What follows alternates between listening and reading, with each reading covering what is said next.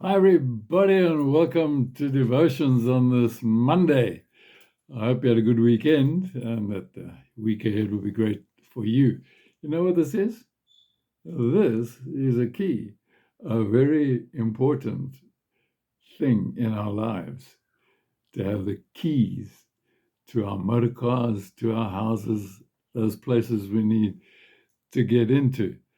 Uh, have you ever locked yourself out your house or locked yourself out your motor car? Priscilla and I have done that on a couple of occasions. Used to have a car where I could close the door and it can be locked, but the key was inside. And the number of times I had to go through a little hole in the floor in the old Volkswagen that I had to kind of hook that key out. One night also, Priscilla and I came home after a New Year's Eve do, and we discovered that we'd actually locked ourselves out the house because there was a Yale lock on the door that we needed to go into. And there on the television, when we had the old TV cabinets, there was the key.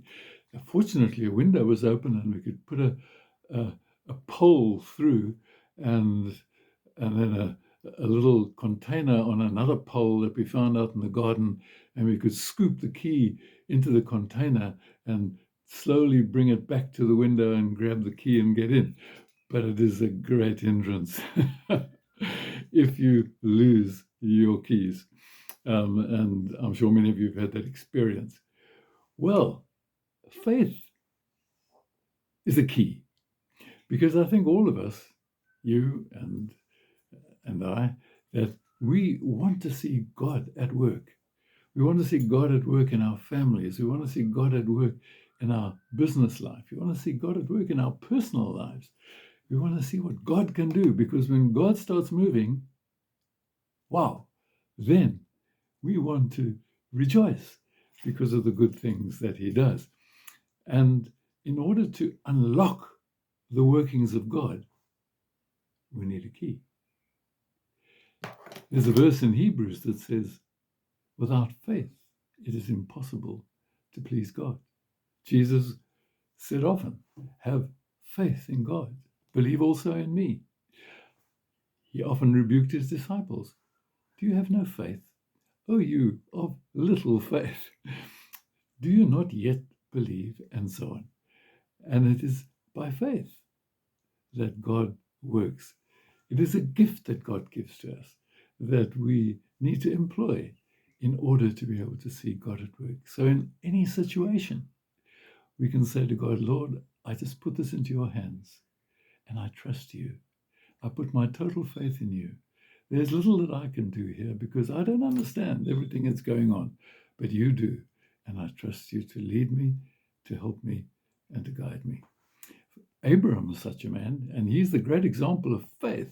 I just want to read to you quite a nice little passage from Romans chapter 4. It says, Abraham's faith did not weaken. And when he considered his own body, which was as good as dead, and the deadness of Sarah's womb, well, they were just about 100 years old, no distrust made him doubt God's promise.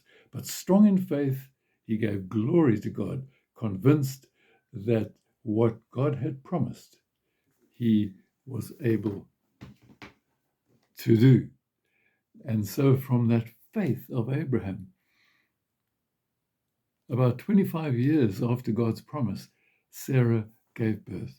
And from that son Isaac came the twins, Jacob and Esau.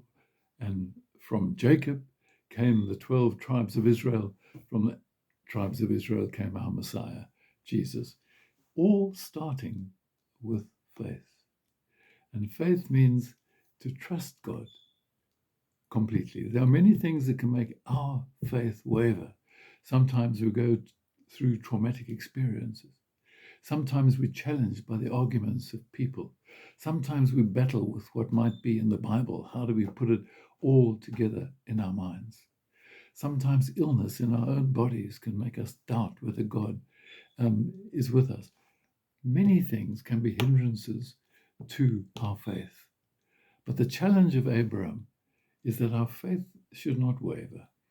And as weak as we are, to be able to say, Lord, I rejoice in you, I trust you. I commit myself and my situation completely to you. And for some people, that might seem like foolishness, but it is the rock foundation of the work of God.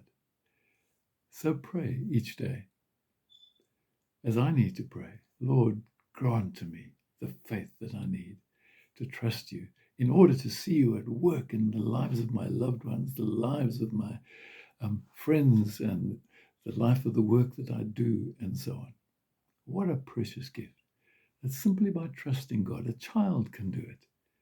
We can see God respond and God work in our lives and situations. May God bless you as you keep trusting Him. Bye for now.